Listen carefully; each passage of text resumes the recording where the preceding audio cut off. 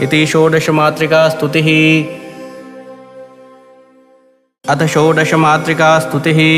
गौरी पद्मा शची मेधा सावित्री विजया जया देवसेना स्वदा स्वाहा मातरो लोकमातरः धृति पुष्टि सदा तुष्टिरात्मनः कुलदेवता गणेशेनाधिकायेता वृद्धौ पूज्याश्च षोडश इति षोडशमातृका स्तुतिः। अथ षोडशमातृका स्तुतिः। गौरी पद्मा शची मेधा सावित्री विजया जया देवसेना स्वदा स्वाहा मातरो लोकमातरः धृति पुष्टि सदा तुष्टिरात्मनः कुलदेवता गणेशेनाधिकायेता वृद्धौ पूज्याश्च षोडश इति षोडशमातृका स्तुतिः।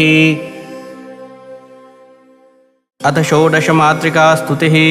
गौरी पद्मा शची मेधा सावित्री विजया जया देवसेना स्वदा स्वाहा मातरो लोकमातरः धृति पुष्टि